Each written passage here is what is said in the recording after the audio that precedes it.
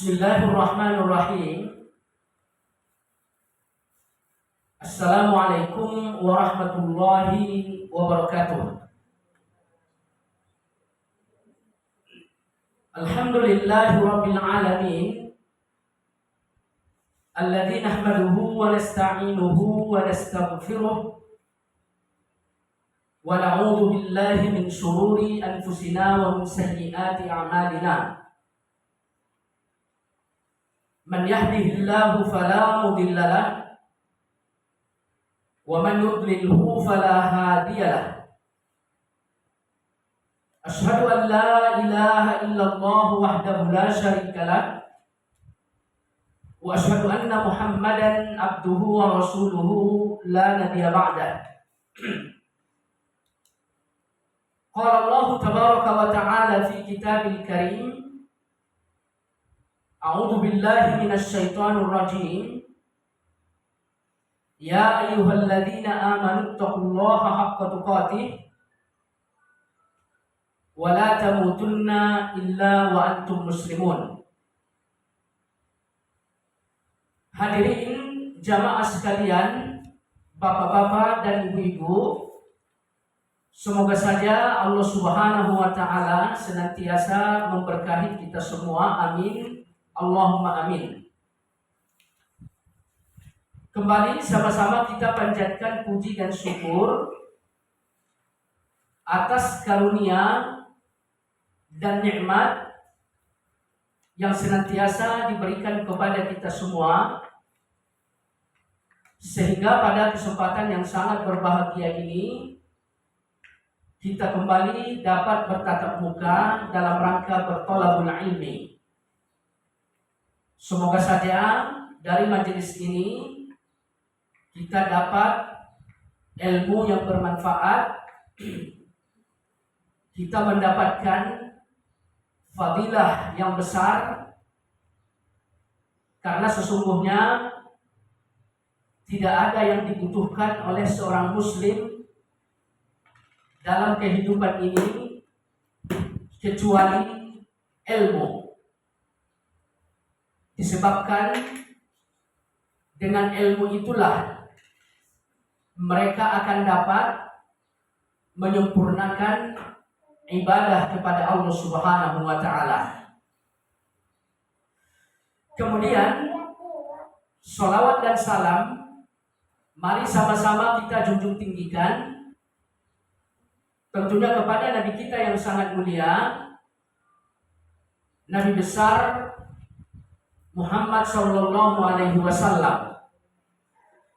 Semoga saja ibadah yang kita lakukan betul-betul sesuai dengan ajaran yang dicontohkan oleh beliau, karena seperti yang kita sampaikan di pertemuan sebelumnya, bahwa beribadah sesuai dengan sunnah yang diajarkan oleh beliau adalah merupakan salah satu kualitas yang menentukan baik atau tidaknya ibadah tersebut di dalam pandangan Allah Subhanahu wa taala. Hadirin jamaah sekalian, bapak-bapak dan ibu-ibu, semoga Allah memberkahi kita semua. Kajian tauhid pada pertemuan sebelumnya kita telah menyampaikan muqaddimah dan juga kita telah membicarakan penjelasan yang disampaikan oleh Syekh Utsaimin terkait Bismillahirrahmanirrahim. Hanya saja pembicaraan terkait Bismillahirrahmanirrahim kita baru membicarakan tentang Asmaul Husna Allah. Maka dengan demikian pada kesempatan ini kita akan lanjutkan pembahasan nama Allah Ar-Rahman dan Ar-Rahim yang terkandung di dalam Bismillahirrahmanirrahim. Nah, di buku yang menjadi rujukan atau pegangan kita persis di halaman 16 penulis mengatakan bahwa Ar-Rahman, jadi ini ada di poin ketiga Pak ya, halaman 16 poin ketiga. Penulis mengatakan Ar-Rahman adalah salah satu nama yang dikhususkan bagi Allah Subhanahu wa Ta'ala, dan tidak boleh digunakan untuk menyebut selain namanya. Jadi Ar-Rahman ini Asmaul Husna yang kedua yang terdapat di dalam Bismillahirrahmanirrahim, yang dimana kita lihat ini yang menjadi tulisan pertama yang ada di buku Usulus Salatah ini. Nah, Ar-Rahman apabila diterjemahkan ke bahasa Indonesia artinya adalah yang Maha Pengasih.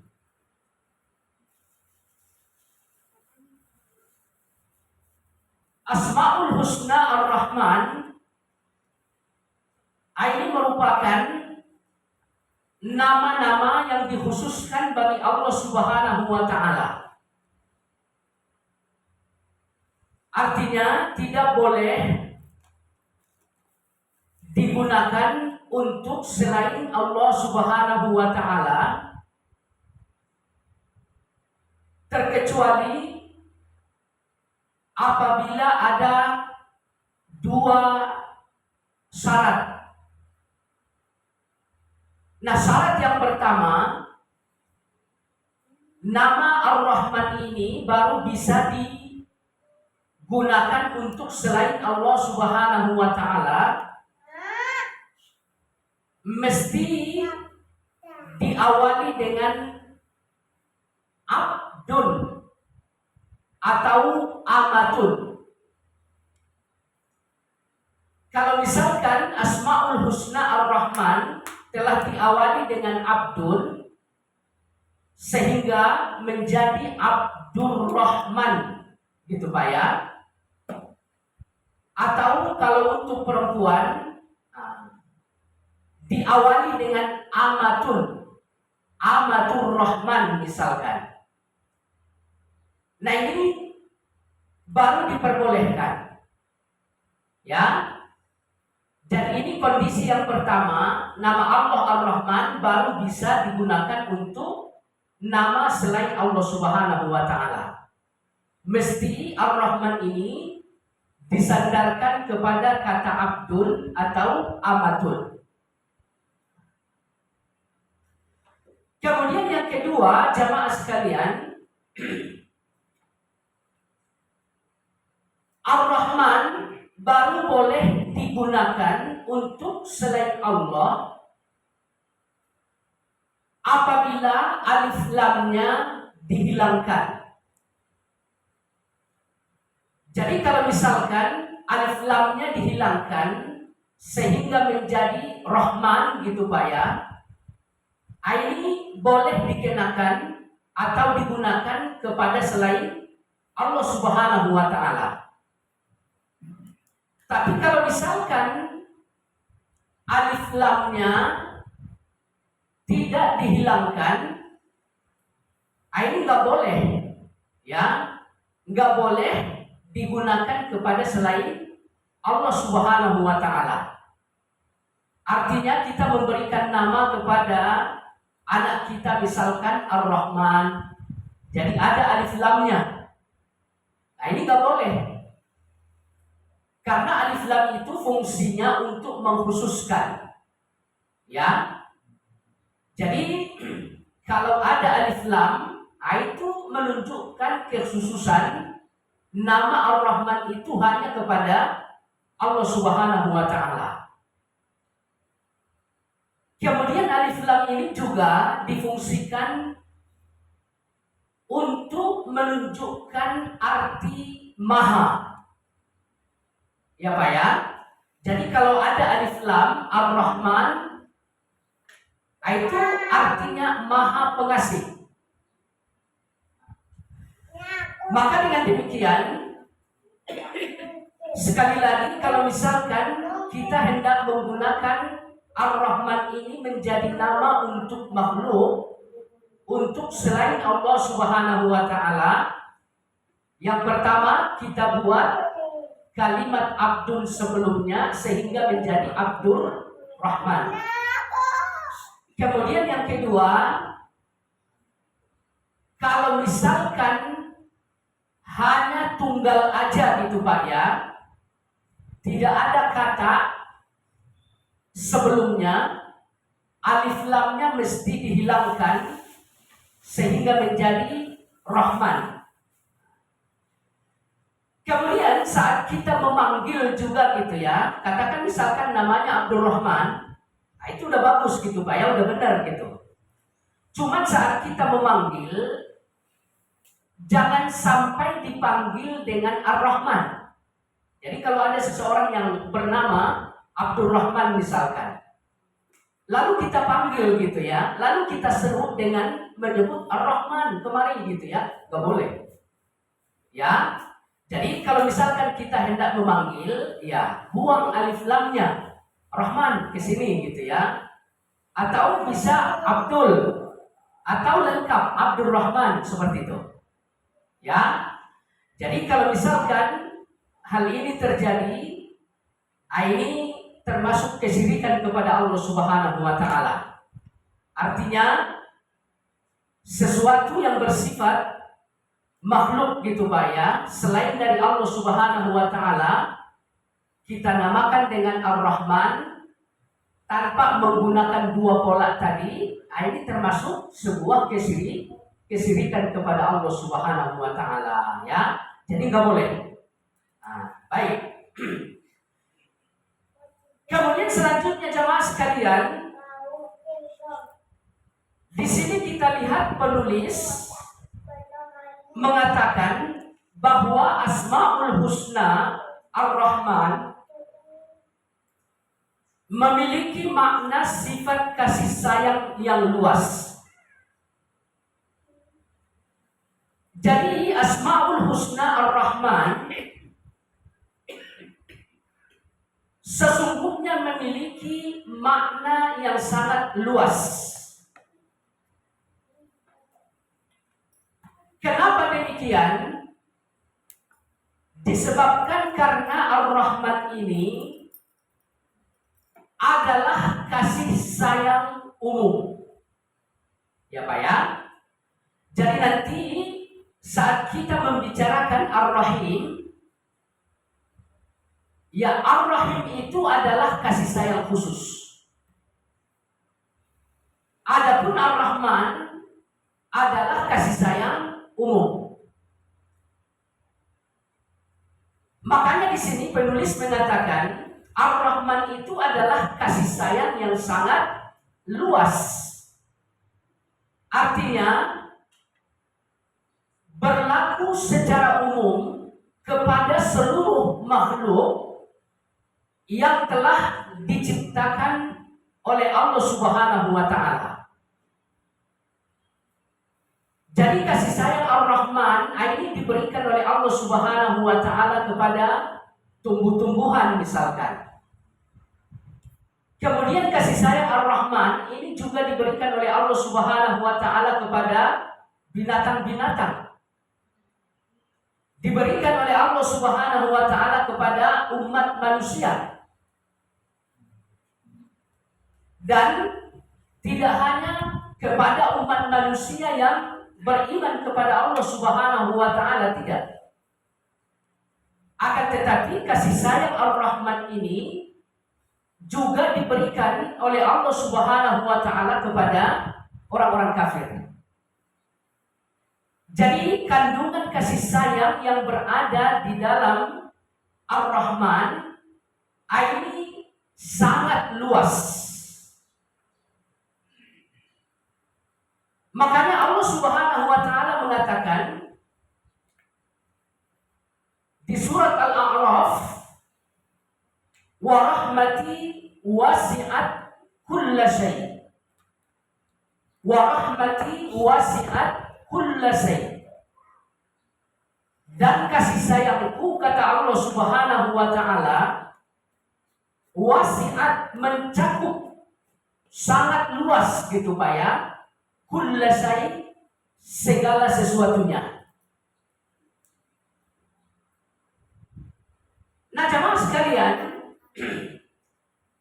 keluasan dari kasih sayang Allah Subhanahu wa taala melalui pintu Ar-Rahman ini setidaknya mencakup dua hal. Yang pertama, keluasan kasih sayang Allah tersebut tidak terbatas tempat. Nah, ini yang pertama Pak. Ya. Jadi saking luasnya kasih sayang Allah yang terkandung di dalam Ar-Rahman, sehingga kasih sayang tersebut tidak terbatas oleh tempat. Kemudian yang kedua, luasnya kasih sayang Allah yang terdapat di dalam Ar-Rahman, sehingga ia tidak terbatas oleh jumlah. Ya Pak ya? Baik. Yang pertama, seperti kita sampaikan tadi, bahwa luasnya kasih sayang Allah melalui Ar-Rahman ya tidak terbatas tempat. Hal ini seperti kita ketahui Pak ya, di dalam Al-Quran Allah Subhanahu wa taala bercerita tentang Nabi Yunus. Ya. Jadi Allah mengatakan bahwa Yunus ditelan oleh ikan yang sangat besar. Ya. Kemudian selanjutnya Yunus berada di dalam perut ikan tersebut ya berhari-hari. Ya, berhari-hari.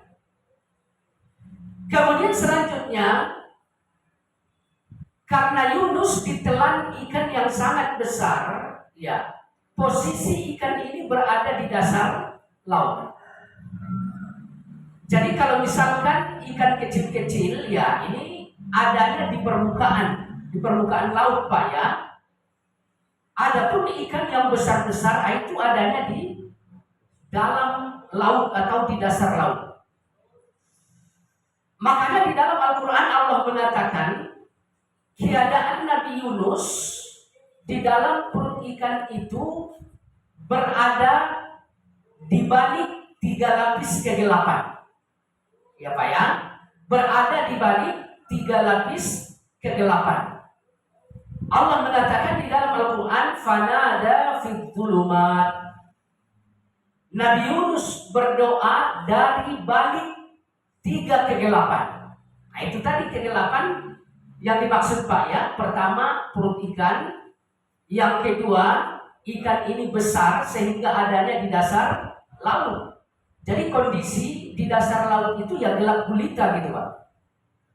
Kemudian yang ketiga, Nabi Yunus berhari-hari, bermalam-malam berada di dalam perut ikan. Nah jemaah sekalian, dalam keadaan seperti itu ya, di tempat yang secara logika tidak ada kehidupan begitu Pak. Tapi ternyata kasih sayang Allah Subhanahu wa Ta'ala dapat dirasakan oleh Nabi Yunus alaihi salam. Ya alhamdulillah, sekalipun dalam keadaan seperti yang kita sampaikan tadi ya, Nabi Yunus tetap hidup. Ya. Jadi berhari-hari tinggal di dalam perut ikan. Ya Nabi Yunus itu tidak mati gitu loh. Jadi Allah berikan kehidupan bagi Nabi Yunus. Nah ini kehidupan ini adalah termasuk bagian dari kasih sayang Allah. Ya. Dan kasih sayang yang berbentuk kehidupan, ini kasih sayang Ar-Rahman. Ya. Hingga pada akhirnya ya kita ketahui Nabi Yunus pun diselamatkan oleh Allah Subhanahu wa Ta'ala sehingga ia keluar dari dalam perut ikan. Nah ini kasih sayang yang kedua. Ya, Allah Subhanahu wa Ta'ala memberikan keselamatan kepada Nabi Yunus. Dan keselamatan ini pun sesungguhnya merupakan kasih sayang yang terkandung di dalam Ar-Rahman. Kemudian contoh berikutnya jamaah sekalian yang menunjukkan bahwa kasih sayang Ar-Rahman tidak terbatas oleh tempat. Dapat kita lihat bagaimana kejadian yang menimpa Nabi Ibrahim alaihissalam. Ya Pak ya. Nabi Ibrahim alaihissalam disebabkan karena mengajak kaumnya agar mereka mentauhidkan Allah. Jadi seperti yang kita sampaikan pada pertemuan sebelumnya Pak ya, dakwah tauhid ini ya resikonya sangat besar. Bahkan kalau kita lihat para pendahulu kita, para nabi-nabi dan para rasul, saat mereka menyampaikan dakwah tauhid tersebut ya keselamatan jiwa mereka terancam. Ya ini salah satu contoh ya Nabi Ibrahim alaihissalam. Saat ia mendakwahkan tauhid kepada kaumnya, kepada pemimpin mereka yaitu Raja Namrud, apa yang terjadi? Ya kaumnya bersepakat untuk membakar Ibrahim dalam keadaan hidup-hidup. Nah jemaah sekalian, singkat cerita, setelah api dinyalakan, ya mereka sendiri nggak bisa mendekat ke dalam kobaran api tersebut untuk memasukkan Ibrahim gitu Pak. Sehingga mereka membuat semacam ketapel gitu Pak ya. Lalu kemudian mereka melemparkan Ibrahim ke dalam api tersebut. Nah sesampainya di dalam api, apa yang dirasakan oleh Nabi Ibrahim alaihissalam? Yang dirasakan oleh Ibrahim di dalam kobaran api tersebut adalah dingin yang menyelamatkan. Ya Pak ya. Jadi di dalam api itu ia merasakan dingin dan dinginnya itu nggak membahayakan gitu Pak. Coba kita lihat gitu Pak ya.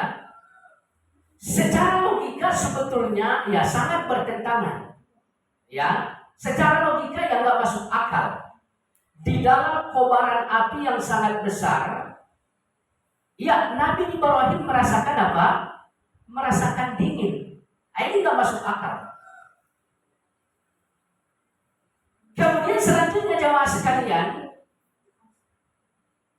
cuaca dingin pun kalau misalkan berlebihan,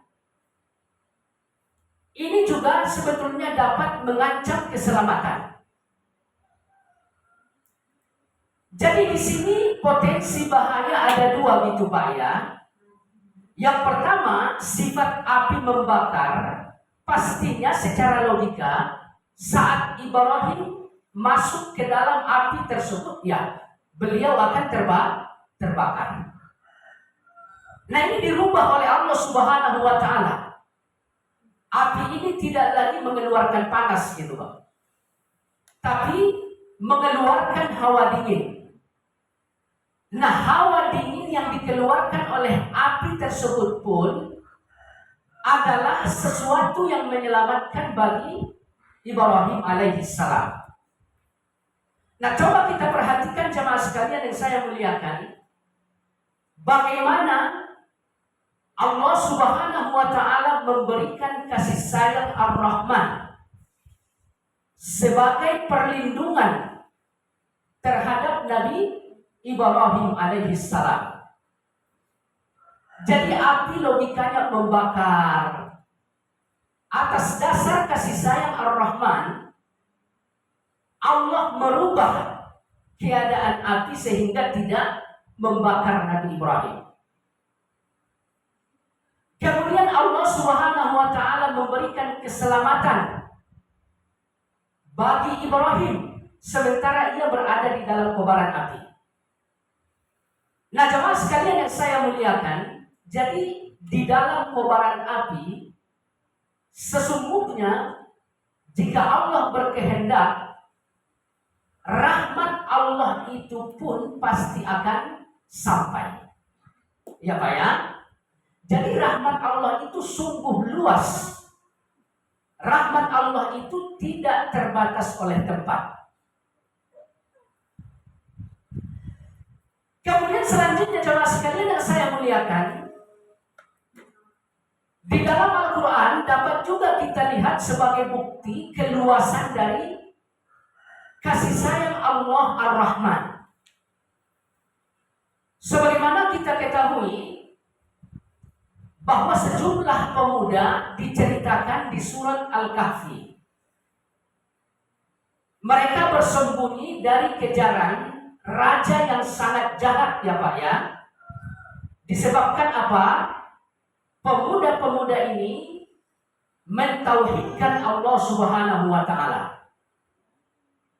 Jadi raja yang jahat tersebut yang mengancam pemuda-pemuda tersebut untuk dibunuh. Akhirnya ya singkat cerita, pemuda-pemuda ini melarikan diri, lalu mereka bersembunyi di dalam Al-Kahfi, yaitu gua gitu ya. Nah jemaah sekalian yang saya muliakan, dapat kita lihat bagaimana kasih sayang Allah terhadap mereka selama mereka berada di dalam perut gua tersebut. Selama mereka berada di dalam lubang gua tersebut. Mereka tinggal di dalam lubang gua tersebut, di dalam gua tersebut sampai 300 tahun lebih. Mereka di dalam gua tersebut selama 300 tahun lebih dalam keadaan tidur. Kemudian selama itu pula mereka tidak makan dan tidak minum. Kemudian selama itu pula tubuh mereka tidak lapuk. Ya Pak ya.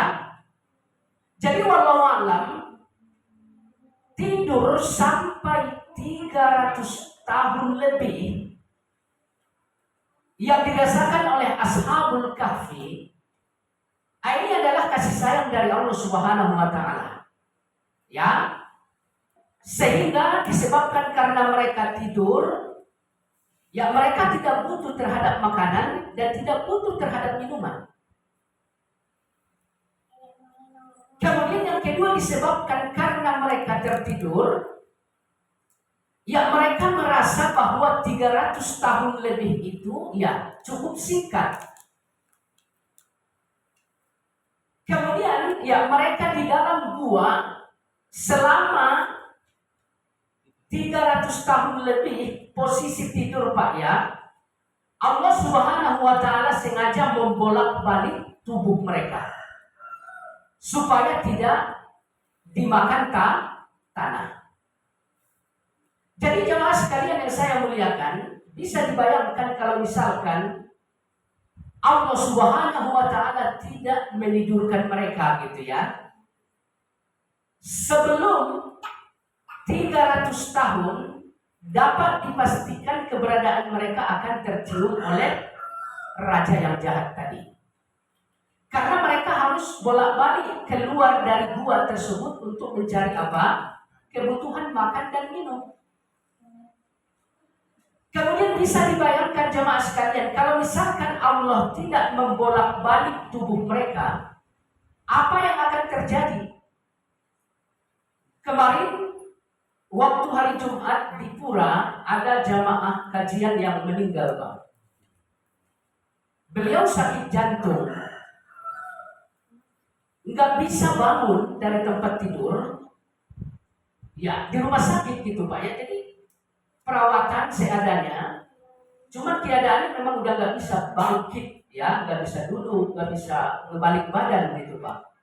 Itu pada saat dimandikan, nah di bagian punggungnya itu Pak, apa namanya ya, lecet gitu ya, kelupas. Ternyata ya ini penyebabnya apa? Karena tidur dengan posisi yang seperti itu aja. Padahal nggak lama Pak, hanya 2 minggu aja. Jadi Ashabul Kahfi pun seperti itu. Kalau misalkan tidak dibolak-balik oleh Allah, ya bagian-bagian tubuh mereka itu akan lapuk gitu Pak. Akan kemakan sama tanah gitu. Jadi ini nggak seperti itu. Jadi ini semua adalah kasih sayang Allah Subhanahu wa Ta'ala. Ya, kasih sayang Allah Subhanahu wa Ta'ala. Sehingga apa yang dirasakan oleh pemuda-pemuda tersebut, yang pertama mereka selamat dari kejaran raja yang jahat. Mereka selamat dari pembunuhan. Kemudian keadaan mereka ya sehat walafiat. Ya, karena dalam posisi tidur ya mereka nggak merasa lapar, nggak merasa haus gitu ya. Jadi wallahu a'lam mereka bangun itu dalam keadaan sehat walafiat. Maka oleh karena itu jemaah sekalian yang saya muliakan, kembali kepada apa yang sedang kita bicarakan ya Pak ya. Kasih sayang Allah dapat dirasakan oleh pemuda-pemuda yang ada di dalam apa? Di dalam gua. Sedemikian sempurnanya kasih sayang Allah yang mereka dapatkan. Sampai-sampai mereka tidak merasa lapar dalam kurun waktu sampai 300 tahun lebih. Ini di luar logika Pak, di luar nalar. Ya, baik. Kemudian yang kedua, jamaah sekalian yang saya muliakan, keluasan dari kasih sayang Allah yang ada di dalam Ar-Rahman, ini tidak mencakup, tidak terbatas jumlah. Ya, kalau yang pertama tadi tidak terbatas tempat. Nah, yang kedua tidak terbatas jumlah. Jadi kasih sayang Allah Ar-Rahman itu menyeluruh kepada seluruh makhluknya. Ya, sebagai contoh misalkan Pak ya, sebagai contoh misalkan binatang-binatang. Ini semua binatang-binatang dengan segala jenisnya ya Pak ya, mendapatkan kasih sayang dari Allah Subhanahu wa Ta'ala dari Ar-Rahman.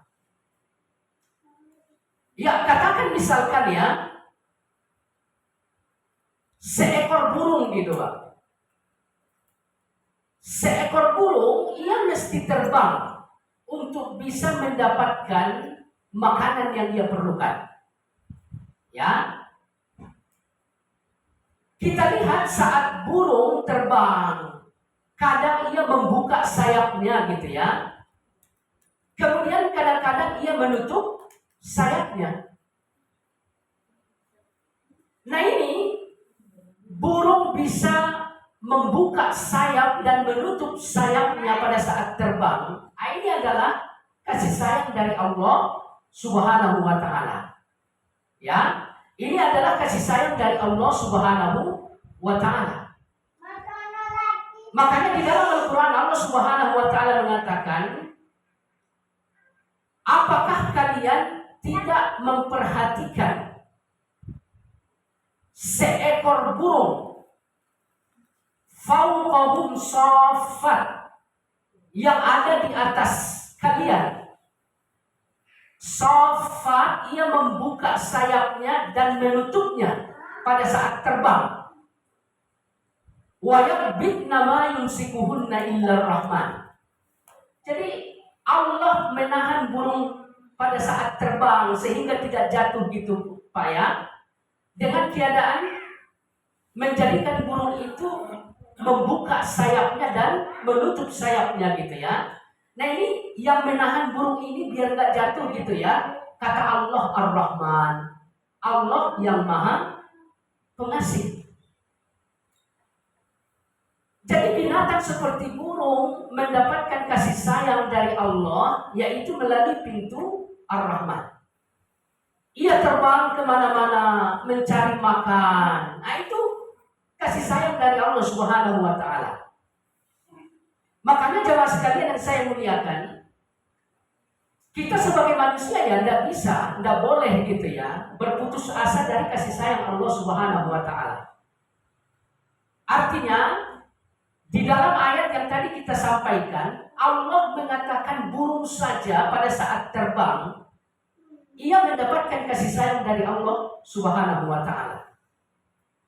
Dan kalau kita lihat di dalam hadis ya Pak ya, kalau kita lihat di dalam hadis, Nabi kita menggambarkan tawakal yang sangat sempurna dengan mencontohkan binatang ya burung. Ya. Jadi kata Nabi Shallallahu Alaihi Wasallam, burung itu ya keluar dari sangkar, dari sarangnya gitu ya, dari sarangnya. Itu dalam keadaan lapar. Kemudian ia terbang, ya, ia terbang mencari makanan. Lalu nanti saat sore hari ia kembali ke sarang itu dalam keadaan apa? Dalam keadaan kenyang. Nah ini kasih sayang Allah Subhanahu wa taala ya. Burung keluar terbang lalu kembali ia sudah kenyang. Nah ini manusia kadang-kadang ya tawakalnya kepada Allah Subhanahu wa taala enggak sekuat burung. Ya Pak ya, enggak sekuat burung. Artinya kita ketahui bahwa burung keluar dari sarang, terbang. Itu arah tujuan itu belum ada yang pasti Pak. Ya, arah tujuan mau kemana nyari makanan itu enggak ada yang pasti. Ya udah terbang aja gitu ya. Adapun umat manusia kita ketahui saat mereka keluar dari rumah mereka. Nah ini tempat untuk mendapatkan rezeki udah ada gitu loh. Ya. Tempat yang dituju itu udah jelas.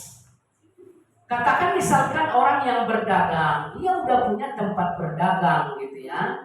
Orang yang kerja, dia udah punya tempat pekerjaan. Jadi udah ada yang dituju gitu. Kemudian selanjutnya ya kita lihat burung kembali ya nggak ada cerita lapar. Adapun manusia banyak sekali yang ditimpa kelaparan. Kenapa kok burung kembali bisa kenyang? Nah manusia kembali masih aja dalam keadaan lapar. Nah, ini apa yang salah gitu ya? Jadi urusan tawakal ini kalah jauh ya. Umat manusia itu kalah jauh apabila dibandingkan dengan burung. Kemudian selanjutnya jemaah sekalian, terkait waktu-waktu yang akan datang, waktu-waktu di kemudian hari, ya burung nggak pernah membuat stok Pak. Ya, jadi burung itu terbang, ketemu makanan ya langsung dimakan, kenyang pulang gitu ya. Kalau misalkan di sarang ia punya anak, sebetulnya burung bisa membawa makanan gitu ya. Kita lihat aja.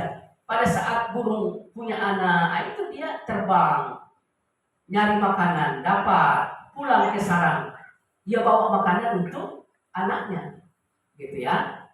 Jadi intinya burung itu bisa membawa untuk persediaan di waktu yang akan datang sebetulnya bisa, Pak. Ya, tapi tidak ada ceritanya burung menumpuk makanan untuk persediaan di kemudian hari, nggak ada. Karena memang ia tawakal gitu Pak ya. Hari ini ya udah, hari ini gitu ya, besok gitu ya. Nggak ada cerita hari ini untuk besok, cerita besok untuk lusa. Itu burung nggak punya prinsip seperti itu. Nah coba kita lihat bagaimana keadaan umat manusia Pak. Ya, nggak usah besok gitu ya. Bahkan 20 tahun yang akan datang ini udah dipikirin sama manusia Pak.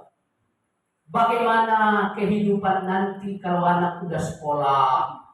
Bagaimana biaya nanti kalau anak udah kuliah? Nah ini dari sekarang udah dipikirin. Padahal masih 20 tahun lagi gitu loh. Ya. Jadi wallahu a'lam jamaah sekalian yang saya muliakan. Bahkan yang paling parah bagaimana nanti keadaan cucu sampai selanjutnya gitu ya dipikirin. Sehingga ia melakukan apa? Kejahatan, korupsi, macam-macam gitu ya. Karena mikirin masa depan. Kemudian ya efeknya ya kita rasakan sendiri gitu ya. Kalau misalkan pola pikir kita sejauh itu, yang ada ya kita mudah sakit gitu Pak. Ya, mudah sakit. Jadi walau jamaah sekalian, jadi urusan tawakal ini kita sangat apa namanya ya, sangat rendah ya dibanding seekor burung. Nah jamaah sekalian, ini salah satu contoh di mana kasih sayang Allah Ar-Rahman tidak terbatas jumlah. Artinya tidak hanya manusia aja Pak yang mendapat kasih sayang Ar-Rahman. Tidak hanya orang beriman aja yang mendapat kasih sayang Ar-Rahman.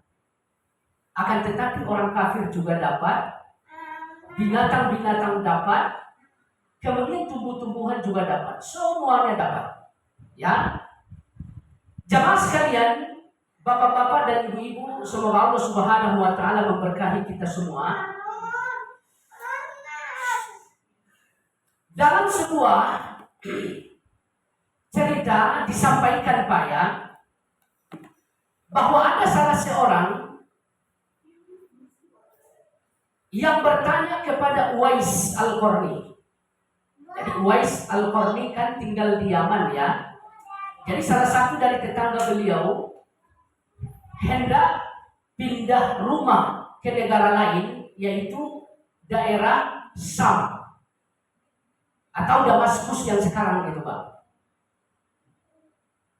Nah orang ini begitu was-was ya.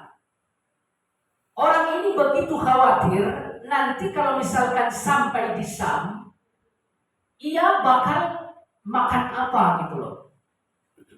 Kalau misalkan nanti sampai di Syam, ia bakal bekerja di mana? Nah ini, ia was-was betul. Ya, ia khawatir betul atas maisahnya nanti apabila ia telah sampai di negeri Syam. Lalu kemudian ia bertanya kepada Uwais Al-Qarni tentang pendapat beliau. Bagaimana ini kira-kira?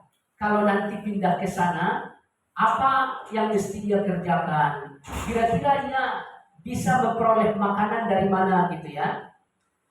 Nah, apa yang disampaikan oleh Uwais Al-Qarni? Yang disampaikan oleh Uwais Al-Qarni, sesungguhnya kasih sayang Allah itu enggak terbatas tempat. Sesungguhnya kasih sayang Allah itu enggak terbatas jumlah. Jadi kasih sayang Allah di Yaman juga kasih sayang Allah ada juga di Syam. Kemudian ya kasih sayang Allah itu di mana-mana ada gitu ya. Jadi Uwais Al-Qarni mengatakan gak perlu was-was. Karena Ar-Rahman yang Maha Pengasih untuk orang-orang yang ada di Yaman dan orang-orang yang ada di Syam, dia juga nggak ada bedanya gitu, ya. Maka untuk itu jemaah sekalian yang saya muliakan, berdasarkan apa yang disampaikan oleh Syekh Utsaimin di sini Pak ya, kasih sayang Allah Ar-Rahman ini sangat luas. Dan luasnya kasih sayang ini sesungguhnya tidak terbatas tempat dan tidak terbatas jumlah. Ya, tidak terbatas jumlah. Maka oleh karena itu ya, kita sebagai orang yang betul-betul beriman Pak ya, nggak boleh berputus asa atas rahmat Allah Subhanahu wa Ta'ala. Dimanapun kita berada, ya, dimanapun kita berada, nggak boleh putus asa terhadap rahmat Allah. Sekalipun kita berada jauh dari halayak keramaian, nggak boleh putus asa dari kasih sayang Ar-Rahman. Kemudian selanjutnya jemaah sekalian, ya, kita nggak boleh putus asa dengan nikmat yang sedikit. Ya Pak ya, karena kasih sayang Allah itu luas sehingga ia tidak terbatas jumlah. Jadi kadang-kadang karena kita mendapatkan nikmat hanya sedikit aja, gitu ya, itu pun menurut kita sebetulnya Pak. Jadi kita rasa yang kita dapatkan cuma sedikit aja, ya kita putus asa untuk mendapatkan nikmat yang lebih luas, nggak boleh. Makanya Allah katakan di dalam ayat yang lain, wa in ta'uddu ni'matallahi la tuhsuha.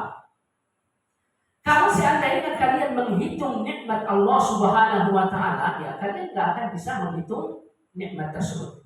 Ya. Kemudian selanjutnya Bapak-bapak dan Ibu-ibu, semoga Allah Subhanahu wa Ta'ala memberkahi kita semua.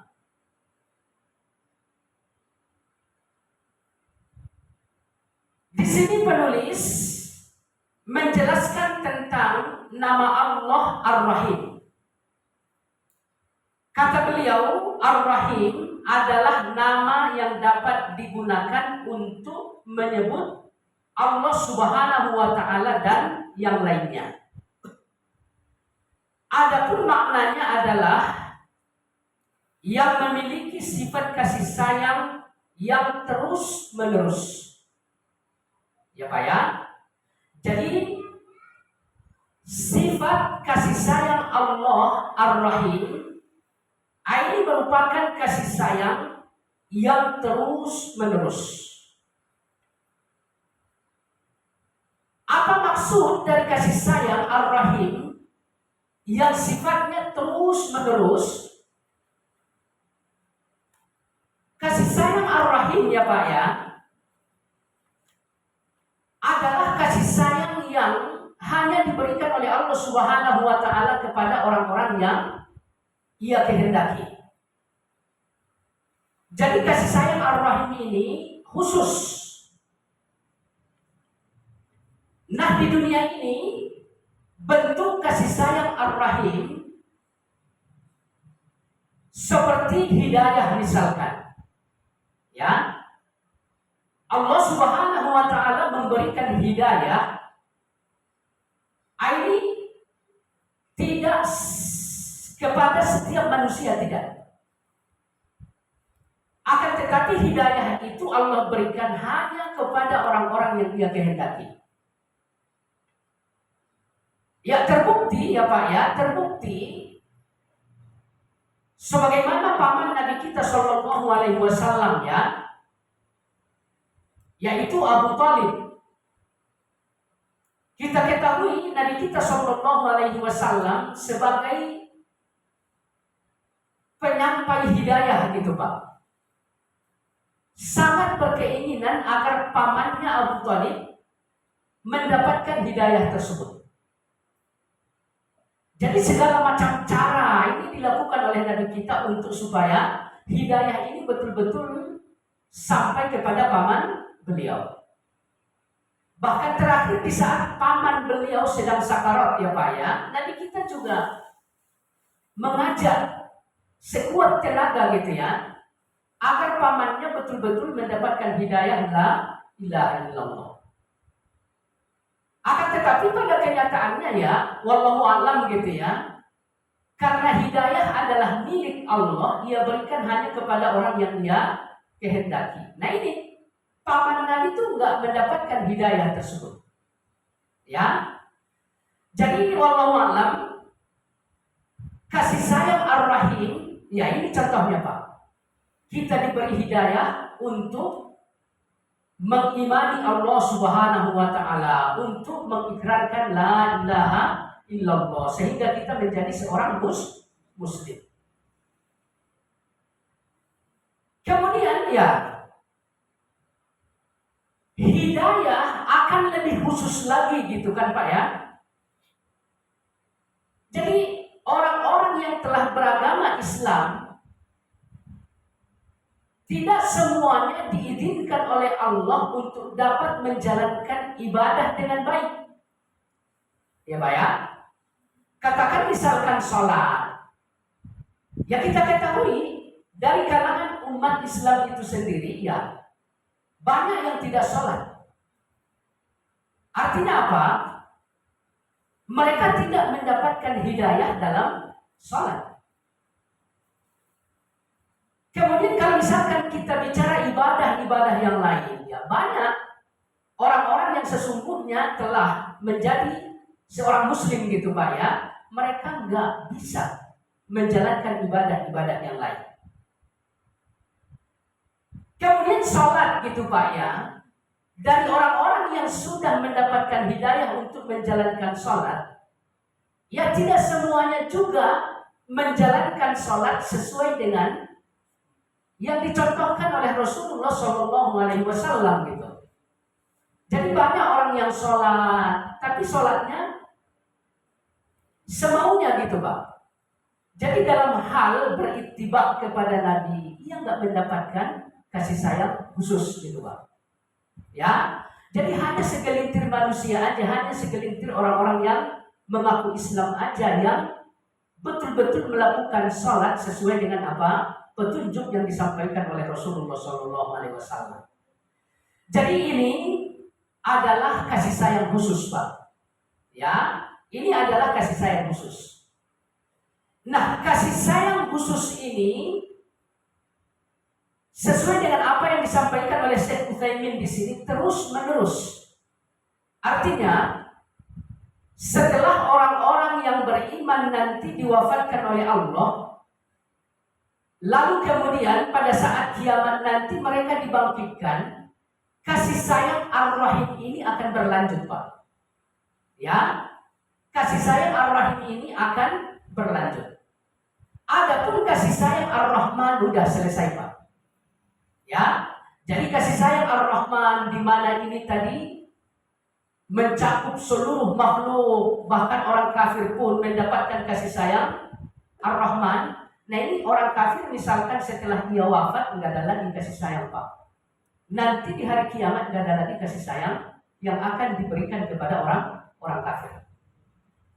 Tapi orang-orang beriman di dunia ini mereka mendapatkan kasih sayang. Nanti di yaumil akhir juga mereka akan mendapatkan kasih sayang. Jadi Allah tetap akan mengasihi mereka sampai mereka betul-betul nanti berada di dalam surga. Ya, sampai nanti mereka betul-betul berada di dalam surga. Nah, jemaah sekalian yang saya muliakan,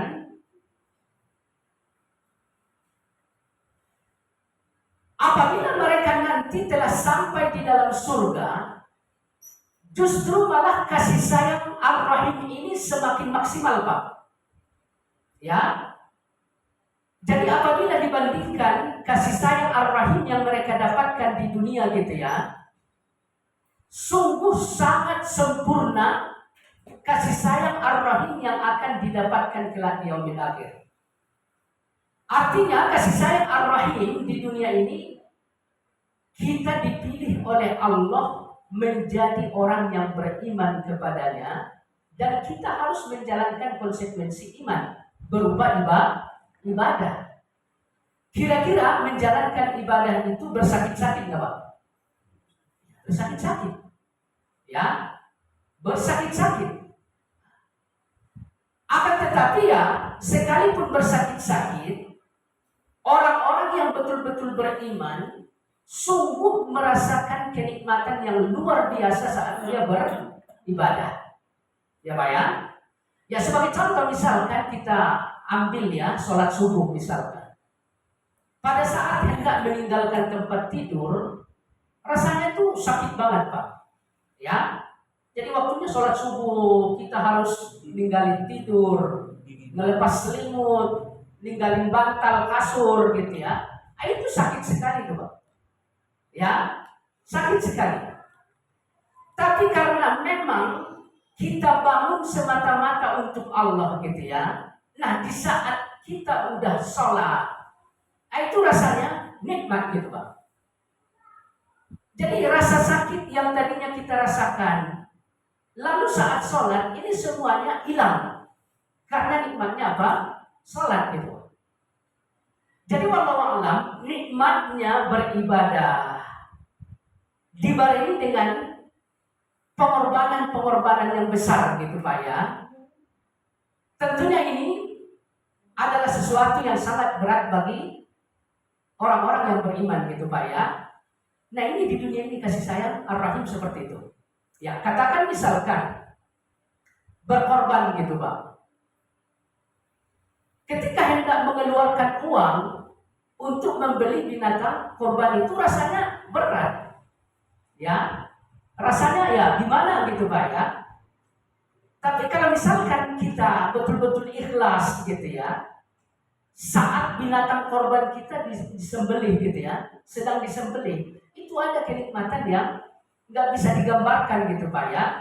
Saat kita lihat binatang korban kita dibagikan kepada orang lain, ya ada kesenangan yang tidak bisa digambarkan gitu Pak.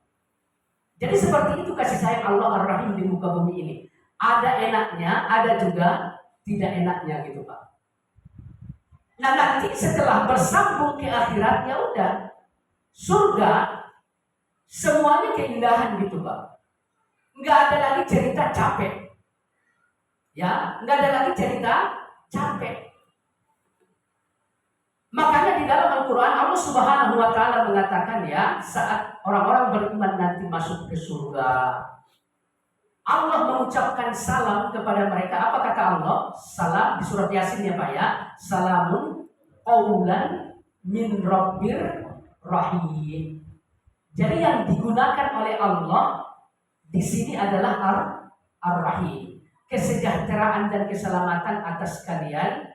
Qaulan min rabbir rahim. Ini adalah kata-kata yang disampaikan Allah Rabb yang Maha Penyayang. Jadi ucapan selamat ini nanti disampaikan oleh Allah di surga. Kasih sayang yang disebut oleh Allah dalam ucapan selamat ini adalah Ar-Rahim. Jadi jamaah sekalian yang saya muliakan, perbedaan antara Ar-Rahman dengan Ar-Rahim ini salah satunya Pak ya. Kalau Ar-Rahman hanya ada di dunia ini saja. Adapun Ar-Rahim sesungguhnya bersambung sampai nanti umat manusia orang-orang beriman berada di dalam surga. Nah jemaah sekalian yang saya muliakan, yang menjadi persoalan kita kadang-kadang kita tuh merasa nggak disayang oleh Allah kalau dapatnya cuma Ar-Rahim. Nah, ini menjadi persoalan kita Pak. Ya, jadi banyak dari orang-orang yang mengaku beriman kepada Allah Subhanahu Wa Taala, ia baru merasa disayangi oleh Allah jika hartanya banyak, jika rezekinya dimudahkan oleh Allah Subhanahu Wa Taala, jika kesehatannya dijaga oleh Allah Subhanahu Wa Taala.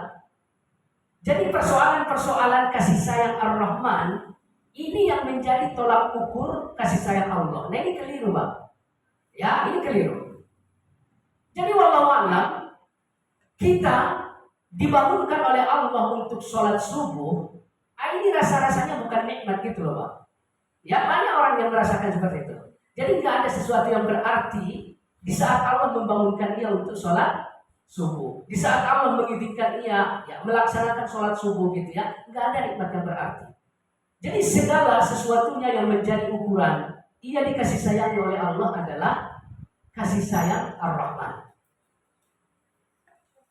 Makanya banyak kita lihat ya Pak ya, orang-orang yang mengaku beriman kepada Allah, ya sholatnya bagus pada saat ekonominya bagus. Sholatnya bagus pada saat ia menginginkan ekonomi yang bagus dari Allah Subhanahu Wa Taala. Jadi itu tuh Ya, orang-orang yang kita lihat sekarang gitu ya, sholatnya bagus, tujuannya untuk mendapatkan ar-Rahman, ya, untuk mendapatkan rezeki. Bahkan sampai sholat duha juga dijaga banget gitu Pak ya. Bahkan sholat-sholat fardu kalah ya sama sholat duha. Karena apa? Karena ia menghendaki ar-Rahman, rezeki yang melimpah gitu Pak. Kemudian giliran udah dapat, udah bagus, ya sholatnya bagus karena keadaan hidupnya tidak ada masalah gitu ya. Tapi giliran ada masalah sedikit aja gitu ya, katakan misalkan bisnis lagi serat misalkan, udah ini sholatnya keganggu gitu loh, ya. Jadi seolah-olah bisnis ini lebih utama, lebih besar nilainya dibanding sholat yang Allah Subhanahu wa Ta'ala telah pilihkan ia sebagai orang yang beriman yang dapat menjalankan sholat tersebut itu. Jadi jamaah sekalian, keadaan kita jangan sampai seperti ini Pak. Ya, jangan kita jadikan kasih sayang Ar-Rahim untuk memburu kasih sayang Ar-Rahman. Jangan dibalik Pak. Akan tetapi kasih sayang Ar-Rahman yang mesti kita jadikan sebagai motivasi, ya Pak ya, untuk supaya maksimal dikasih sayang Ar-Rahim. Jadi jangan kebalik gitu ya. Maksudnya begini Pak, kasih sayang Ar-Rahman ini kan secara umum terkandung dalam rububiyah, ya Pak ya, terkandung dalam rububiyah Allah. Jadi seluruh kasih sayang Ar-Rahman ini harusnya menjadi motivasi kita untuk maksimal menjalankan kasih sayang Ar-Rahim yang telah kita dapatkan dari Allah. Ya contoh misalkan urusan rezeki. Ini tadi udah kita sampaikan Pak, jumlahnya nggak kehitung, luas sekali gitu ya. Mestinya rezeki yang jumlahnya tidak terhitung, luasnya minta ampun, ini membuat kita merasa berhutang kepada Allah gitu loh. Ya, sehingga apa? Kita maksimal di Ar-Rahimnya. Ya Pak ya. Sebagai contoh misalkan Nabi kita, ini sudah sering kita sampaikan Pak. Nabi kita sholat tahajud sampai kedua tumitnya bengkak, betisnya bengkak. Coba Bapak lihat ya, apa motivasi beliau sehingga beliau bisa sholat sesempurna itu. Kata beliau, afala aqulu abadan syakura. Karena dia hendak bersyukur atas nikmat yang Allah berikan kepadanya. Dan kita ketahui nikmat yang didapatkan oleh Rasulullah SAW yang luar biasa banyaknya Pak. Ya sebagian dari nikmat itu disebutkan di surat At-Tuha gitu ya. Nabi kita dulu yatim. Allah angkat ya harkat dan martabatnya sampai-sampai dia mulia di langit dan mulia di bumi gitu ya. Kemudian Nabi kita dulu nggak tahu ilmu tentang Al-Quran gitu ya. Allah berikan Al-Quran, Allah berikan wahyu. Jadi banyak sekali nikmat yang didapatkan oleh Nabi. Nah ini nikmat demi nikmat inilah yang menjadi motivasi Nabi untuk bisa menjalankan salat dengan keadaan sempurna. Maka oleh karena itu, ya kembali seperti yang saya sampaikan tadi Pak ya, kita harus menjadikan Ar-Rahman, kasih sayang umum tadi, sebagai pendorong sehingga kasih sayang Ar-Rahim yang kita dapatkan lebih sempurna lagi. Jangan dibalik, ya Pak ya. Kenapa demikian? Karena Ar-Rahman itu udah pasti. Ya Pak ya, karena kasih sayang Ar-Rahman itu udah pasti. Urusan rezeki itu udah pasti Pak. Ya, urusan umur, keselamatan, semuanya udah pasti. Ya. Sementara kasih sayang Ar-Rahim belum pasti. Kira-kira wajar enggak kita mengejar sesuatu yang udah pasti, lalu mengabaikan sesuatu yang belum pasti. Kira-kira sehat nggak itu, Pak? Nggak sehat, aneh gitu ya. Jadi idealnya ya kita kejar sesuatu yang belum pasti. Jadi kasih sayang Ar-Rahman ini belum pasti, Pak. Ya sekarang ya kita alhamdulillah telah dipilih oleh Allah menjadi orang yang beriman. Bahkan kita mendapatkan kasih sayang Ar-Rahim yang lebih khusus gitu ya. Beribadah, katakan hadir di majelis ilmu gitu ya. Ini kasih sayang khusus, Pak. Tapi jangan salah, keadaan semacam ini enggak menjamin di waktu-waktu yang akan datang akan seperti ini selamanya gitu, enggak. Ya. Jadi walau kita nggak tahu bagaimana akhir hayat kita nantinya, nggak jelas. Ya. Intinya kasih sayang Ar-Rahim ini ya bisa saja dicabut oleh Allah Subhanahu wa taala. Ya faktanya dapat kita lihat setelah Nabi wafat, berapa banyak orang yang murtad, Pak. Ya, berapa banyak, ribuan Pak orang yang murtad setelah Nabi kita wafat. Padahal keadaan mereka sebelumnya ya hidup berdampingan dengan Nabi. Nabi wafat hanya beberapa saat banyak yang keluar dari Islam. Ya Pak ya. Nah kita coba dibayangkan dengan orang-orang tersebut. Ya, kita ya berdampingan dengan Nabi apa pernah? Tidak pernah. Kemudian jarak waktu kita dengan Nabi ya jauh sekali gitu ya. Jadi orang-orang yang murtadin setelah Nabi wafat itu masa mereka ya bersamaan dengan Nabi gitu loh. Jadi mereka sangat dekat dengan Nabi. Akan tetapi ya Allah Subhanahu wa taala tidak menetapkan kasih sayang Ar-Rahim atau hidayah di dalam dada mereka, Pak. Sehingga apa? Murtad. Bahkan Abu Bakar sendiri sangat khawatir, Pak. Ya, Abu Bakar, coba kita bayangkan bagaimana keadaan iman kita. Lalu kita bayangkan bagaimana keadaan iman Abu Bakar. Bandingkan, Pak. Kira-kira kuatan mana, Pak? Abu Bakar jauh lebih kuat. Ya. Bahkan kita ketahui Abu Bakar adalah orang terbaik gitu ya. Orang paling dekat dengan Nabi SAW. Akan tetapi ya, bicara soal orang-orang yang murtad pada saat itu, Abu Bakar juga khawatir, Pak. Ya, Abu Bakar juga takut. Kalau hidayah ini dicabut oleh Allah Subhanahu wa taala. Makanya setelah menyaksikan orang-orang pada murtad setelah Nabi kita wafat, Abu Bakar tuh selalu berdoa kepada Allah. Apa doa yang dipanjatkan oleh Abu Bakar? Rabbana la tuzigh qulubana ba'da idh hadaitana. Ini yang dibacakan oleh Abu Bakar sepanjang saat meminta kepada Allah agar hatinya jangan sampai digelincirkan oleh Allah setelah hati itu mendapat hidayah. Jadi jamaah sekalian yang saya muliakan, nah ini yang mesti kita upayakan ya. Kita upayakan agar kasih sayang yang belum pasti senantiasa bersama kita, supaya dia tetap bersama kita. Artinya Ar-Rahim kasih sayang khusus. Disinilah terletak hidayah. Disinilah terletak sholat. Disinilah terletak Al-Quran. Disinilah terletak apa saja yang dicintai oleh Allah Subhanahu wa taala. Nah ini harus kita jaga gitu Pak ya. Harus kita jaga. Harus betul-betul maksimal.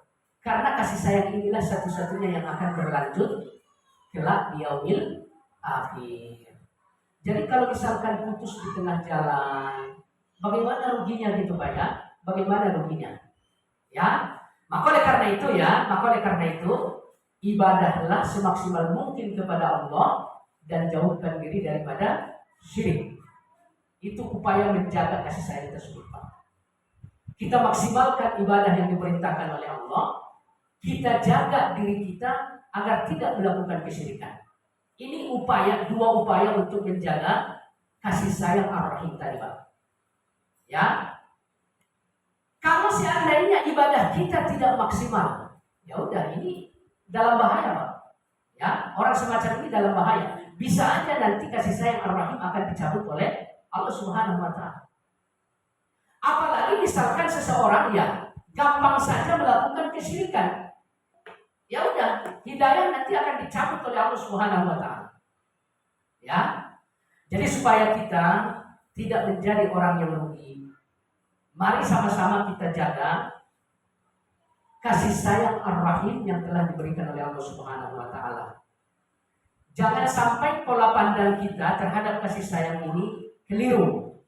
Artinya jangan sampai kita melihat kasih sayang Ar-Rahman lebih berharga dibanding kasih sayang Ar-Rahim.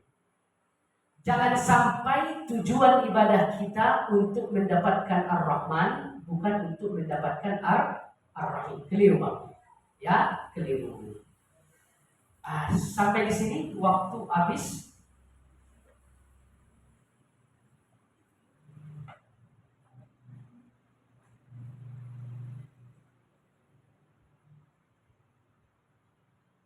Ada pertanyaan Pak sebelum kita tutup?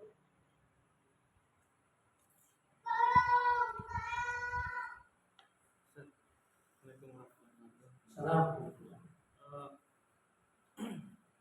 Tadi disampaikan kalau saya kurang percaya dengan rezeki anak cucu kita menjadi sekian, itu termasuk manusia yang punya atau menghina atau tidak menghina Allah atau gimana? Bismillahirrahmanirrahim. Yang pertama ya imannya nggak bagus karena tawakalnya tipis. Ya, jadi persoalan yang akan terjadi mestinya digantungkan kepada Allah Subhanahu wa taala gitu kan ya. Jadi dia ya nggak percaya atas kekuasaan Allah untuk hal-hal yang akan terjadi kemudian hari. Jadi orang ini imannya nggak sempurna karena tawakalnya tipis. Ya, kemudian bisa juga seperti yang aku sampaikan, artinya kalau kita bicara tauhid, hal ini termasuk menistakan Allah. Ya, karena Allah telah menyatakan bahwa Ia perkasa. Ya, Ia memiliki ilmu atas yang lewat dan yang akan datang. Kemudian qadir atas yang tidak ada sebelumnya menjadi ada. Maksudnya qadir itu perkasa ya. Untuk sesuatu yang tadinya enggak ada menjadi ada, dan yang ada menjadi tidak ada. Jadi Allah perkasa itu gitu kan ya. Nah ini semuanya sering disampaikan oleh Allah Subhanahu wa taala. Allah Maha tahu atas segalanya. Allah Maha kuasa atas segalanya. Lalu kita nafikan. Artinya Allah betul-betul perkasa atas apapun yang akan terjadi gitu loh. Lalu kita nafikan keperkasaan Allah tanpa tawakal kepadanya. Jadi ini penistaan kepada Allah kalau kita bicara tauhid. Ya. Bahkan kalau diperhalus bisa-bisa menjadi syirik. Ya, bisa-bisa menjadi syirik. Ya ujung-ujungnya kenapa sih nggak berserah diri kepada Allah? Ya secara tidak langsung karena nggak percaya sama Allah kan begitu. Ujung-ujungnya seperti itu. Jadi wallahu a'lam, inilah orang-orang yang bertauhid. Artinya bisa melihat sebuah permasalahan dengan pandangan yang sangat halus, gitu ya. Jadi bagi orang-orang yang nggak mementingkan tauhid, ya udah tawakal ya, persoalan biasa aja, ya. Meninggalkan tawakal ya udah biasa aja gitu ya. Jadi bagi orang yang beriman sesungguhnya meninggalkan tawakal itu ya termasuk menistakan Allah Subhanahu wa taala gitu ya. Karena apa? Kita nafikan keperkasaan Allah di waktu-waktu yang akan datang. Jadi wallahu alam, kalau ditanya statusnya seperti apa, ya keimanannya kurang sempurna itu aja. Ya, keimanannya kurang sempurna, kurang kuat. Jadi istilahnya ada hadis yang jangan meninggalkan keluarga dalam keadaan miskin. Oh iya, bukan hadis, itu ayat ya. Ayat. Itu ada di surat Al-Baqarah kalau nggak salah, surat An-Nisa kalau nggak salah, wal yakhshal ladzina law taraku min khalfihim dzurriyyatan du'afa. Hendaklah kalian takut untuk meninggalkan anak keturunan yang lemah. Nah, lemah di sini ditafsirkan oleh ulama-ulama kita ada dua maknanya ya. Pertama, lemah dari sisi ilmu.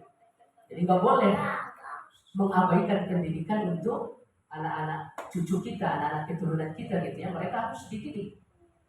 Karena Allah nggak ridho kita meninggalkan anak cucu yang lemah dari sisi ilmu. Terkhusus ilmu agama. Ya. Kemudian yang kedua lemah di sini maksudnya yaitu dari sisi harta. Jadi kita harus berusaha sekuat tenaga sehingga nanti ada waris yang akan didapatkan keturunan kita, anak-anak kita. Nah, apakah dengan berusaha untuk mendapatkan harta yang akan diwariskan kepada anak menyalahi syariat, menyalahi konsep tawakal? Tidak, ya kan? Jadi harta itu sepanjang kita sikapi dengan thiqatubillah, insya Allah nggak menyalahi tawakal. Artinya thiqatubillah, kita lebih yakin dengan Allah dibanding harta kita gitu. Harta banyak, iya. Cuman kita nggak yakin harta yang banyak itu jaminan keselamatan untuk kesehatan kita, untuk kesejahteraan kita, untuk kehidupan anak-anak kita di kemudian hari. Kita nggak yakin, kita nggak meletakkan keselamatan dan sebagainya dengan harta tersebut. Ya. Jadi keselamatan kita, kesehatan kita, segalanya itu tetap kita gantungkan kepada Allah. Adapun harta ini ya di tangan kita, ya. Jadi nggak merusak tawakal. Artinya sekalipun kita banyak harta, bicara soal keselamatan, kesehatan itu tetap urusan Allah Subhanahu Wa Taala ya, bukan urusan harta kita. Ya sebagai contoh misalkan, ya saya punya teman, ya hartanya luar biasa Pak. Bahkan sertifikat tanahnya itu satu bendel Pak, itu ditutup nggak bisa rapat, kebuka ngalak begini. Mulai dari Pura sampai ke Cirende tanahnya bererot Pak, ya bererot tanahnya itu. Qadarullah pas COVID beliau pensiun. Dan beliau kena COVID nggak lama kemudian. Akhirnya apa? Masuk rumah sakit, ya Pak ya, masuk rumah sakit. Uang di kantong itu hanya ratusan ribu aja, nggak sampai jutaan. Karena semuanya dibeli tanah. Kalau bicara soal tanah, puluhan M Pak uangnya. Kalau kita bicara tanah gitu ya. Tapi uang yang bisa digunakan untuk bayar rumah sakit saat itu hanya ratusan ribu aja, nggak punya, sejuta juga nggak punya dia.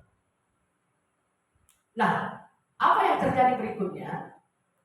Ya dijual lah tanah gitu ya. Ini dalam keadaan sakit Pak, ditawarin tanah. Ya, Bapak tahu pas waktu COVID nggak ada yang mau beli tanah gitu ya, nggak laku-laku. Bahkan sampai sekarang ada tuh masih dibuka harganya gitu Pak, belum ada yang nawar, gitu ya. Ya intinya hartanya sedemikian rupa. Untuk berobat di rumah sakit aja harta itu nggak bisa dimanfaatkan gitu loh, nggak bisa dimanfaatkan. Ya Allah takdirkan seperti itu gitu ya. Jadi kuasa Allah tetap yang akan terjadi seperti apa gitu ya. Tanah banyak, logikanya dijual laku. Mau berobat di mana terserah. Di Sentosa nggak ada peralatan yang mumpuni kan Pak ya. Udah apa adanya aja. Ya perkara Allah, nggak lama kemudian meninggal, gitu ya. Kemudian selanjutnya ya anaknya nih, ya anaknya pewaris nih ceritanya gitu kan ya, pewaris. Ya perkara Allah, nggak lama kemudian anaknya juga meninggal, gitu ya. Jadi wallahu a'lam, adanya harta itu nggak menjamin untuk kesejahteraan, keselamatan kita dari hal-hal yang bisa membahayakan jiwa atau yang lain-lain itu enggak menjamin. Jadi tetap Allah lah yang menguasai segala sesuatunya gitu ya. Biarpun di depan mata tuh harta, kalau Allah nggak izinkan itu manfaat bagi kita nggak bisa gitu ya. Nah, jadi wallahu a'lam, silakan aja ya bekerja, kemudian menyiapkan harta untuk waris anak-anak, nggak masalah. Hanya saja ada dua yang mesti kita perhatikan. Jangan sampai kita lupa untuk kesejahteraan diri kita. Artinya kita berinfak dengan harta kita, yang kita sejahterakan siapa? Ya kita gitu ya. Adapun jika kita tahu, insya Allah yang akan kita sejahterakan anak keturunan kita gitu ya. Jadi konsepnya dalam Islam mengutamakan diri itu dianjurkan. Anfusakum atau kaidahnya apa? Al-ithar. Apa al-ithar? Mengutamakan diri dalam kebaikan itu diutamakan. Jadi kita nggak boleh mengutamakan orang lain kalau dalam urusan kebaikan, gitu ya. Tapi ya tidak ada masalah, nabung aja gitu ya. Untuk warisan itu ayatnya seperti itu. Tapi jangan menghilangkan tawakal tadi. Harta ini jangan diyakini bisa memberikan manfaat dan mudarat bagi kita. Kalau seperti itu sangat apa?